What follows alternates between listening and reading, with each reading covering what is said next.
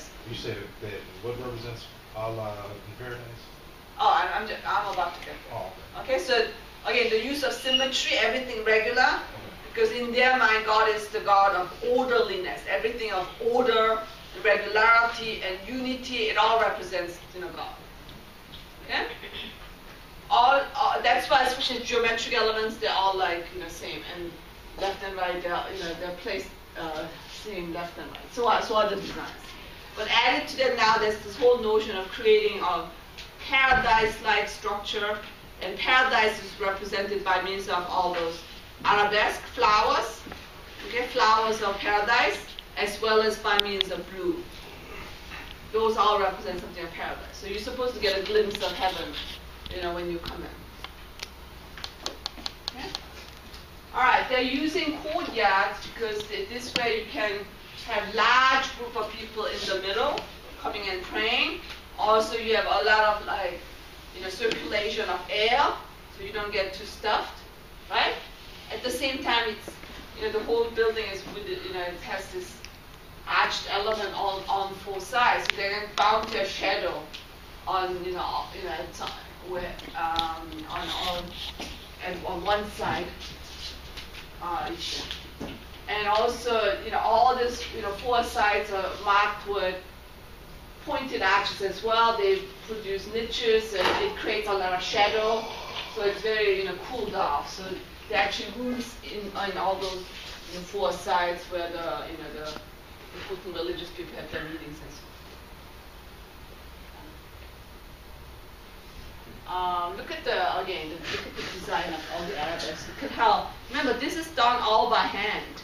It's not like industrially produced. It's all done by hand. Look at how, regular they are and symmetrical they are. And, to them, they have to make it everything perfect and detailed and all that, because they represent God.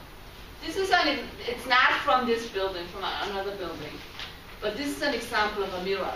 If you were to go inside, you would find this mirror. And again, by now, you see the pointed arch again, right? Again, here is calligraphy, the writing, arabesque, geometric shapes, all combined. So they all a use of blue. It becomes like typical now features. Okay, this is a later mosque. These are all in Isfahan, Iran today. So Isfahan considered a holy place. And this is the another INWA and the minaret, right? And this is actually what they did is they actually had a courtyard here, but one INWA is not an INWA leading to the outdoor, but led to the mosque. So they incorporated dome. Even the dome seats are more pointed, right? So that one other thing I just repeat again. Remember it's the Iranians who first used the mosaic outside. Okay, mosaics were used before, but they used even the dome of the rock. They used on the inside. The outside was done much later.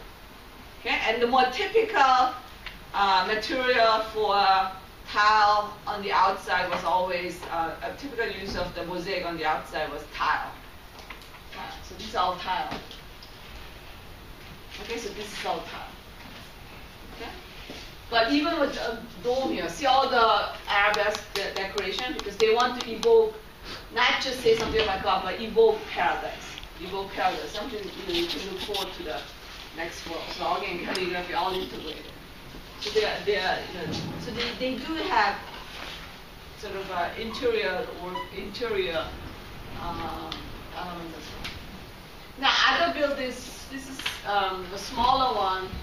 It's actually belonging to a particular high official, so it's not for a group. So hence the interior is all water here, but they built a mosque within. And again, this becomes very typical. Okay, see the INWA again, see the continuous hall, right? Leading to a mosque with the dome at the end and the two minarets. So this is very, very typical. These are some of the manuscripts. You can imagine if they were so minute with details and so regular, and everything else they did would be the same, in a very, very detailed surface. again, use of a lot of geometric and arabesque. And of course, the Persians as well as Arabs, especially Persians, they're known for carpets. And then even that, that religious aspect is kind of like adopted even in secular material like this, where again you have the arabesque and geometric and always symmetrical, right? Always down to the minor. That kind of translates in all areas of life. Finally, much later, they begin to have representation of human beings. Most all the earlier stuff are all like geometric stuff, but they begin to have storytelling, but never image of Allah. Never image of Allah. Very, very little, small representation of Muhammad, or usually, some other people and so on. Okay, so but then with the surface detail and all that. Now, do you recall I showed you, these are manuscript, these are illustration in a book. Do you remember the Indian ones I showed you? They were all influenced by this, of course. Remember the Mughals was from the north, they came down, so they were actually all influenced by Persian. I showed you earlier, but they were all inspired by these. Okay. Oh, this is still Iran, much, much later. Oh no, I'm sorry. The Iranian architecture influence elsewhere. This is in former Soviet Union, one of those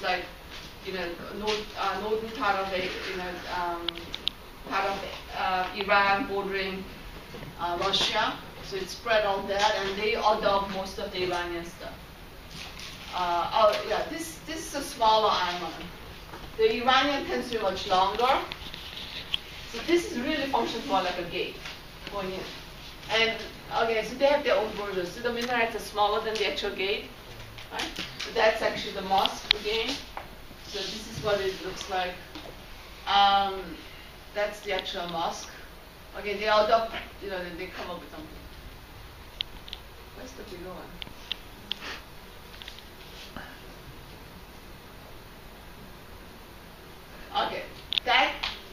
Okay, so that's another courtyard and all that. I wanted to show you.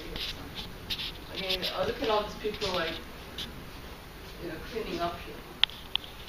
Yeah, again, same thing. Pointed arches, blue, not all blue though. So you can tell the style by Iranians the designs would be much, much smaller, much more detailed than this. It's one of those Uzbekistan and one of those former Soviet Union. Okay, this is more another island. But again, they began to do their own thing where Persians typically the minaret were here, right? They pushed it, so they come up with their own variations.